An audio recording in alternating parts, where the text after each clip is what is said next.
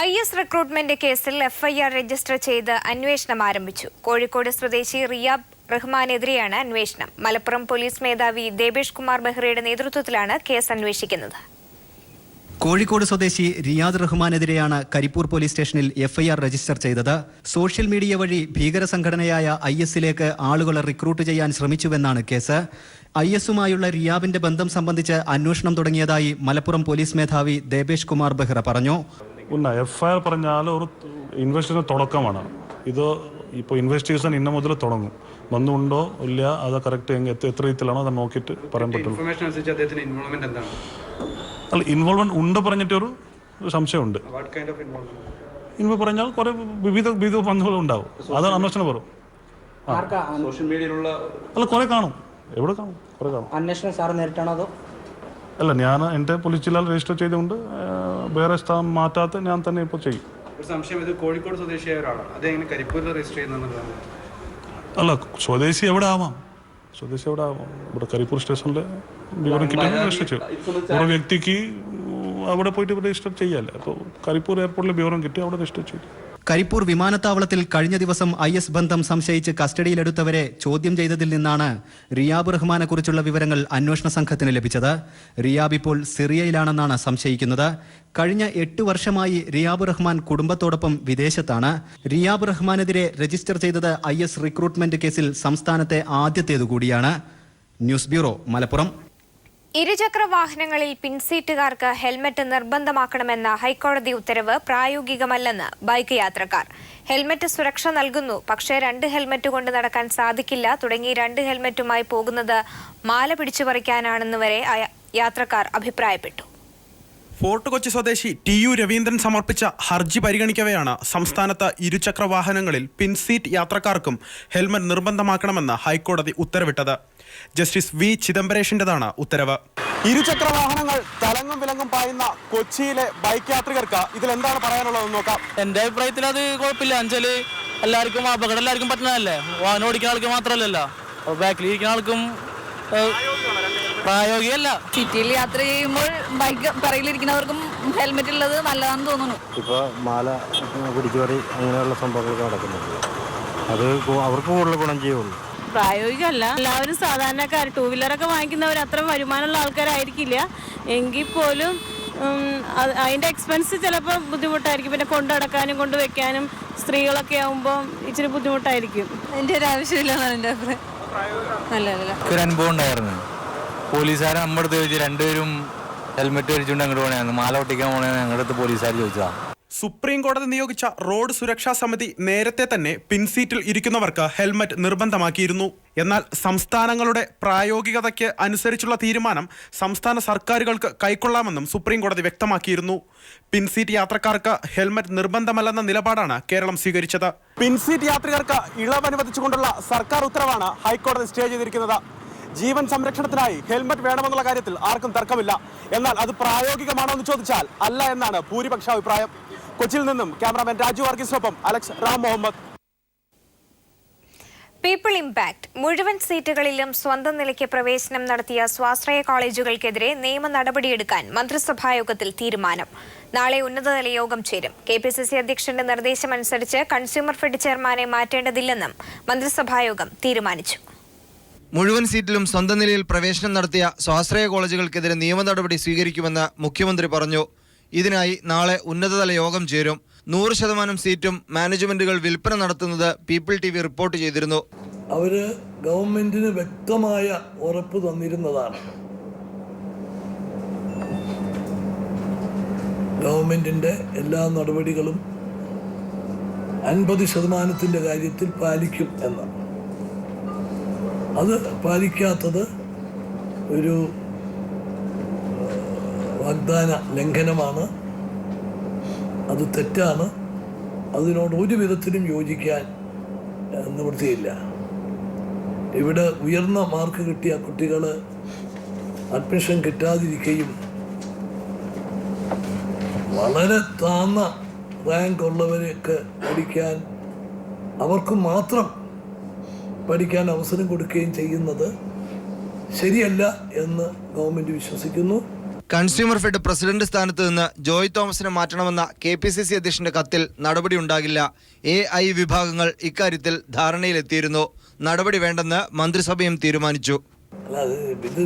ഒരു എലക്റ്റഡ് പോസ്റ്റാണിത്.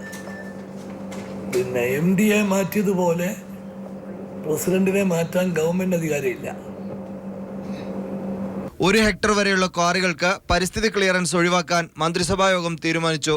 തെരുവുനായ ശല്യത്തിന് പരിഹാരം കാണാൻ തദ്ദേശ സ്ഥാപനങ്ങൾക്ക് കർശന നിർദ്ദേശം നൽകും. News bureau, Thiruvananthapuram.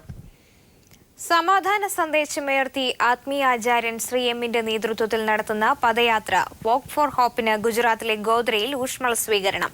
പഴയ കാലത്തിൽ നിന്ന് മോചിതരായ ഭാവിയിൽ പ്രതീക്ഷയർപ്പിക്കുന്ന ഗോദ്ര നിവാസികളെയാണ് തനിക്കിവിടെ കാണാൻ കഴിഞ്ഞതെന്ന് അദ്ദേഹം പറഞ്ഞു.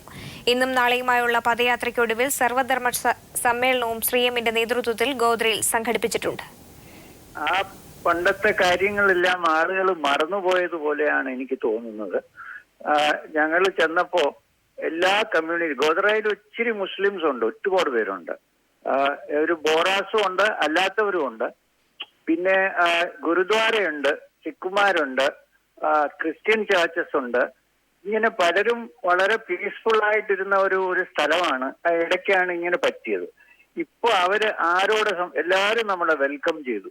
ജോയിന്റ് വെൽക്കം ഉണ്ടായിരുന്നു, സെപ്പറേറ്റ് വെൽക്കം ഉണ്ടായിരുന്നു. എല്ലാം അവര് പറയുന്നത് നിങ്ങൾ വന്നിരിക്കുന്ന വളരെ നല്ലതാണ്, ഞങ്ങളിപ്പോ അതെല്ലാം മറന്ന് മുമ്പോട്ട് പോകാൻ നോക്കുകയാണ്. ആ സമയത്ത് ഇതുപോലെ ഒരാൾ വരുന്നത് ഞങ്ങൾക്ക് വലിയ കാര്യമാണെന്നും പറഞ്ഞ് ഞങ്ങളെ വെൽക്കം ചെയ്തു. അതുകൊണ്ട് എന്റെ ഇംപ്രഷൻ വളരെ പോസിറ്റീവാണ്. സുരേഷ് ഗോപിക്ക് പിന്നാലെ മകനും ബിഗ് സ്ക്രീനിലേക്ക്. ഗോകുൽ സുരേഷ് ഗോപി നായകനാകുന്ന മുദ്ദുഗൌവിന്റെ ചിത്രീകരണം തിരുവനന്തപുരത്ത് ആരംഭിച്ചു.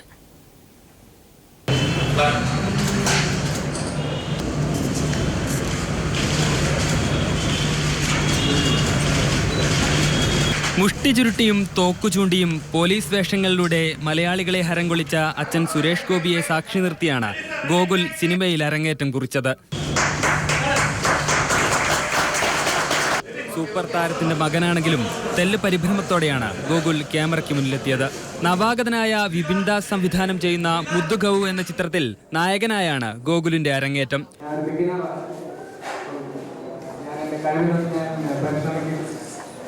ഓഡിയൻസിന്റെ അക്സെപ്റ്റ് ചെയ്യുമെന്ന് ഞാൻ വിശ്വസിക്കുന്നു, പ്രാർത്ഥിക്കുന്നു. എല്ലാവരുടെയും അനുഗ്രഹവും പ്രാർത്ഥനയും എപ്പോഴും ഉണ്ടാവുമെന്ന് ഞാൻ ആഗ്രഹിക്കുന്നു. എനിക്ക് വളരെയധികം സന്തോഷമുണ്ട് ഇന്നത്തെ മുന്നിൽ വെച്ച് എൻ്റെ മൂവി ലോഞ്ച് നടത്തുന്നുള്ളത്. മകന് ആശംസകൾ നേർന്ന് സുരേഷ് ഗോപിയും ചടങ്ങിനെത്തിയിരുന്നു. എനിക്ക് തോന്നുന്ന എല്ലാ പഴയകാല താരങ്ങളുടെയും ഒരു സ്വപ്നത്തിലുണ്ടാവും അല്ലേ, ആഗ്രഹത്തിൽ ഉണ്ടാവും, സ്വപ്നത്തിലും ഉണ്ടാവും. പക്ഷേ യാഥാർത്ഥ്യമാകുന്നത് വലിയൊരു ഈശ്വരാനുഗ്രഹമാണ്. പുതുമുഖ നടി അർത്ഥനയാണ് മുദ്ദുഗൌവിൽ നായികയാവുന്നത്. റൊമാൻറ്റിക് ത്രില്ലറായ മുദ്ദുഗൌവിൽ വിജയബാബു, ബൈജു, ഇന്ദ്രൻസ് തുടങ്ങിയവരും പ്രധാന വേഷങ്ങളിലെത്തുന്നു. News bureau, Thiruvananthapuram. NFDC ചെയർമാനായി സ്ഥാനമേൽക്കുന്നത് സംബന്ധിച്ച് അറിയിപ്പൊന്നും ലഭിച്ചിട്ടില്ലെന്ന് സുരേഷ് ഗോപി. സ്ഥാനത്തിനായി താൻ ആവശ്യപ്പെട്ടിട്ടില്ല, അതിനാൽ പ്രതീക്ഷിക്കുന്നത് മര്യാദകേടാണെന്നും സുരേഷ് ഗോപി തിരുവനന്തപുരത്ത് പറഞ്ഞു. അത് എനിക്കറിയത്തില്ല, അത് ശ്രീ അരുൺ ജെയ്റ്റ്ലിയാണ് പറയേണ്ടത്. എന്നെ ഡൽഹിയിലേക്ക് വിളിച്ചു വരുത്തി ഇത് ഏറ്റെടുക്കണം എന്ന് ആവശ്യപ്പെട്ടു. ഞാൻ സമയമെടുത്ത് ആലോചിച്ച് പറയാമെന്ന് പറഞ്ഞു, തിരിച്ചറിയിച്ചിട്ടുണ്ട്. ഇനി ഏറ്റെടുക്കൂ എന്ന് പറഞ്ഞ് വിളിച്ചാൽ ചെല്ലും, ഏറ്റെടുക്കും. AR റഹ്മാന് പിന്തുണയുമായി ഇറാൻ സർക്കാർ. Muhammad the messenger of the god എന്ന ഇറാൻ ചിത്രത്തിന് സംഗീതം നൽകിയ റഹ്മാനെതിരെ ഇന്ത്യയിലെ ഒരു വിഭാഗം ഇസ്ലാമിക പണ്ഡിതർ ഫത്വ പുറപ്പെടുവിച്ച സാഹചര്യത്തിലാണ് ഇറാൻ സർക്കാർ റഹ്മാന് പിന്തുണയുമായി രംഗത്തെത്തിയത്. ദില്ലിയിലെ ഇറാൻ സർക്കാരിന്റെ പ്രതിനിധിയാണ് റഹ്മാനുള്ള സർക്കാർ പിന്തുണ അറിയിച്ചത്.